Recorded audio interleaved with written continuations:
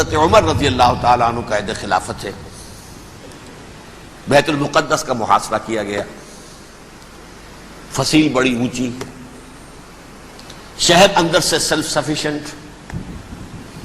حملے کا راستہ کوئی نہیں، محاصرہ طول کھینچ رہا ہے لیکن ان کے پاس رسد بھی موجود ہے، پانی بھی موجود ہے، وہ دروازے بند کر کے بیٹھے ہوئے ہیں۔ بالآخر اللہ تعالیٰ کی مشیت کا ظہور کیسے ہوا؟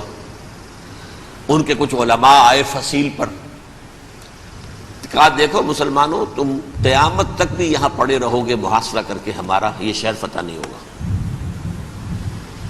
ہاں، ایک درویش بادشاہ کے ہاتھوں یہ شہر فتح ہونا ہے، لیکن تمہارے اندر ہمیں وہ نظر نہیں آ رہا۔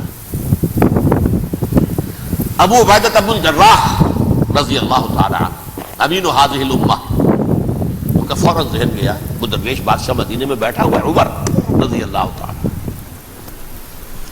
اب ایک اور عمر بھی ہے جو قندھار میں بیٹھا ہے، نقشہ وہی ہے، سادگی کی حد تک نقشہ وہی، بالکل وہی، اپنی آنکھوں سے دیکھا ہے، وہی سادگی۔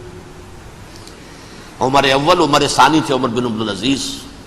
اب ایک اللہ کے فضل سے اللہ تعالیٰ ایدہ اللہ بنصرتہ، اللہ تعالیٰ ان کی نصرت فرمائے، دشمنوں کو ان کے مقابلے میں نیست و نابود کرے۔ انہوں نے ریکویسٹ بھیج دی کہ حضور تشریف لائیے، یہ شہر فتح ہو جائے گا۔ وہ ہے سفر تاریخی، اتنا طویل سفر، تقریباً 700 میل، ایک اونٹ، ایک خادم، ایک منزل پہ امیر المومنین اوپر بیٹھے، خادم آگے چل رہا ہے، اگلی منزل پہ خادم اوپر بیٹھا ہے، امیر المومنین آگے جا رہے ہیں۔ اور جب پہنچے ہیں تو وہ باری تھی خادم کی، انہوں نے ہاتھ جوڑ دیا، حضور خدا کے لیے تم کیا کہیں گے لوگ، وہ میرا برا حال کر دیں گے، تمہیں شرم نہیں آئی؟ امیر المومنین پیدل آگے چل رہے ہیں نکیل پکڑ کر، اور تم بیٹھے ہو اوپر براجمان ہو۔ حضرت عمر فرمایا الدور دورک، نہیں، باری تمہاری ہے، بیٹھ۔ اس حال میں پہنچے ہیں، اور پھر یہ کہ ابو عبیدہ بن الجراح آئے ہیں، استقبال کیا ہے تو دیکھا ہے اس حال میں چلے آ رہے ہیں، عمر نکیل پکڑے ہوئے چلے آ رہے ہیں، اور کہتے ہیں کہ کہیں کیچڑ ویچڑ تھا، جوتے خراب ہو گئے تھے، وہ بھی اتار کے ہاتھ میں پکڑے ہوئے، کپڑے تو تھے ہی پھٹے ہوئے۔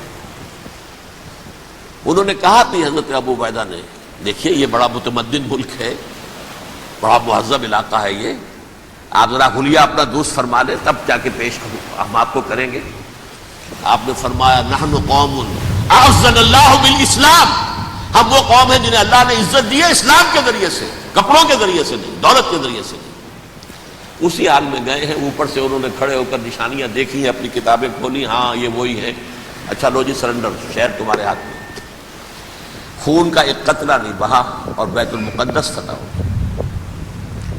لیکن اس وقت حضرت عمر نے ایک نرمی یہ کی کہ یہودیوں کے لیے بھی اسے اوپن سٹی قرار دے دیا۔ یہ احسان عظیم حضرت عمر کا، اس سے پہلے یہودی آ ہی نہیں سکتا تھا، داخل ہی نہیں ہو سکتا تھا، وہاں وہ آ کر وزٹ نہیں کر سکتا تھا، زیارت نہیں کر سکتا تھا اپنے مقدس مقامات کی۔ حضرت عمر نے یوں سمجھیے کہ تقریباً 550 برس کے بعد ان کے لیے راستہ کھولا ہے کہ ہاں تم آ سکتے ہو، زیارت کر سکتے ہو۔ لیکن یہ عیسائیوں نے لکھوایا معاہدے کے اندر، انہیں یہاں آپ آباد ہونے کی اجازت نہیں دیں گے، لیکن کم وزٹ دی پلیسز، دیکھیں، زیارتیں کریں اور جائیں۔ یہ معاہدہ حضرت عمر کا ہے رضی اللہ تعالیٰ عنہ، جو پھر خلافت راشدہ کے بعد بنو امیہ نے بھی اس کو آنر کیا، بنو عباس نے کیا، پھر جو ہمارے یہ ترکوں میں اندر خلافت آئی تو ترک خلفاء نے بھی اس معاہدے کی پوری پابندی کی۔ فلسطین میں آ سکتے ہیں یہودی صرف زائرین کی حیثیت سے، وہاں آباد نہیں ہو سکتے۔ اب آئیے اگلا دور آیا حضرت عثمان کا دور خلافت۔ یہ ہے وہ وقت کہ اب یہود نے امت مسلمہ کی پیٹھ میں چھرا گھونپا۔ وہ کیسے؟ ایک یہودی عبداللہ ابن سبا اسلام کا لبادہ اوڑھ کر آ گیا، معاشرے کا جائزہ لے لیا، ان میں بنو ہاشم اور بنو امیہ میں جو پرانی کشاکش تھی اس کے کچھ نہ کچھ جراثیم باقی ہیں، اگر ان کو ذرا بھڑکا دے تو مسلمانوں میں انتشار پیدا ہو جائے۔ کہا یہ عثمان کون ہے؟ یہ تو بنو امیہ میں سے ہے، یہ حق تو بنو ہاشم کا ہے، خلافت ان کے پاس ہونی چاہیے، محمد کے تو رشتہ دار وہ ہے صلی اللہ علیہ وسلم۔ عوام الناس کے اندر بات پھیلنی شروع ہوئی، پھر ایک بڑی سازش کے انداز میں حضرت عثمان کے خلاف پروپیگنڈا، حضرت عثمان کے جو عاملین تھے، گورنر تھے، ان کے خلاف پروپیگنڈا، اور ایسی ہوشیاری کرتے تھے کہ کوفے میں کوفے کے حاکم کے خلاف کچھ نہیں کہنا، اجی مصر میں یہ ہو رہا ہے، اجی شام میں یہ ہو رہا ہے، اجی یہ جو عثمان ہے وہ یہ کر رہا ہے، یہ ظلم ہو رہا ہے، یہ لوٹ مار ہو رہی ہے، یہ خیانتیں ہو رہی ہیں۔ اب نہ تو اس زمانے میں مینز آف کمیونیکیشن، کیسے تصدیق کریں؟ افواہیں تو آپ آج کراچی کے اندر شروع ہو جائے تو پتہ نہیں چل سکتا کسی کو کہ کیا اس میں صداقت ہے کیا جھوٹ ہے، اور بری بات جو ہے فطرت انسانی کی کمزوری ہے وہ فوراً قبول کرتا ہے، کسی کے بارے میں اچھی بات ماننے کو تیار نہیں ہوتا لیکن بری بات تو فوراً تیار ہے۔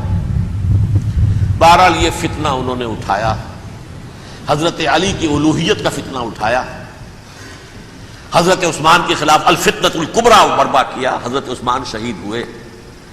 اس کے بعد 5 برس تک مسلمان ایک دوسرے کی گردنیں کاٹتے رہے، باہمی خانہ جنگی ہوئی، امت کو وہ زخم لگایا ہے جو آج تک جس سے خون رس رہا ہے۔ یہ شیعان عثمان اور شیعان علی تھے جو بعد میں پھر سنی اور شیعہ ہو، اور آج تک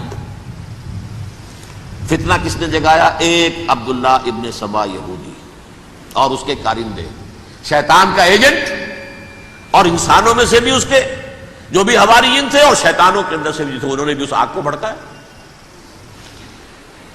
یہ آپ سوچ لیجئے کہ یہ کس نے وہ زخم لگایا؟ یہودی۔ اگلا دور آیا، خلافت راشدہ ختم ہوئی، بنو امیہ کا بھی دور کافی گزر گیا۔ طارق ابن زیاد 712 عیسوی میں حملہ کرتے ہیں اسپین پر۔ اسپین اس وقت عیسائیت کا بہت بڑا گڑھ، بڑے کٹر ترین عیسائی جو ہے وہ اسپین میں تھے، لہذا یہودیوں کی وہاں بہت پٹائی ہوتی تھی، یہ میں بتا چکا ہوں، دشمنی تھی ان کی تو چلی آ رہی تھی عیسائیوں کے ہاتھوں یہودیوں کی، وہ تو سن 300 عیسوی سے ایمپرر کانسٹنٹائن کے بعد سے شروع ہو گئی تھی۔ اس حوالے سے یہودیوں نے اس وقت چالاکی یہ برتی، کچھ راستے واسطے بتائے، کچھ مدد کی طارق ابن زیاد کی۔ طارق ابن زیاد نے انہیں اپنا محسن سمجھا، ہسپانیہ فتح ہو گیا تو یہودی چونکہ محسنین کی فہرست میں آ چکے تھے، انہیں بہت اقتدار نصیب ہوا، بڑی سپورٹ مسلمانوں نے دی۔ ان کے بڑے بڑے علماء جو اسی دور کے اندر پیدا ہوئے، بڑے بڑے تھنکرز ان کے اسی دور میں پیدا ہوئے۔ بن گوریون جو کہ ایک وزیر اعظم تھا اسرائیل کا، اس نے یہ لکھا اپنی کتاب میں، مسلم Spain was the golden era of our diaspora, وہ ڈائسپورا جو 70 عیسوی سے شروع ہوا تھا اور 1917 عیسوی تک جاری رہا ہے، اس میں سے گولڈن ایرا ہمارا جو تھا وہ مسلم اسپین تھا، ہسپانیہ میں بیٹھ کر ہم نے عیش کیے۔ لیکن وہاں سے انہوں نے اور جو کچھ کیا، یہ تو داستان کے بہت سے گوشے ہیں، لیکن میں جس اسٹریٹ لائن میں چل رہا ہوں اس کے اعتبار سے ایک بات سمجھ لیجیے، وہاں بیٹھ کر انہوں نے اب عیسائیت کی پیٹھ میں چھرا گھونپا، پروٹیسٹنٹ مذہب پیدا کیا، تقسیم کر دیا، جیسے شیعہ سنی کی تقسیم، عبداللہ ابن سبا، رومن کیتھولک اور پروٹیسٹنٹ کی تقسیم، یہودی علماء۔ ہوتا کیا تھا؟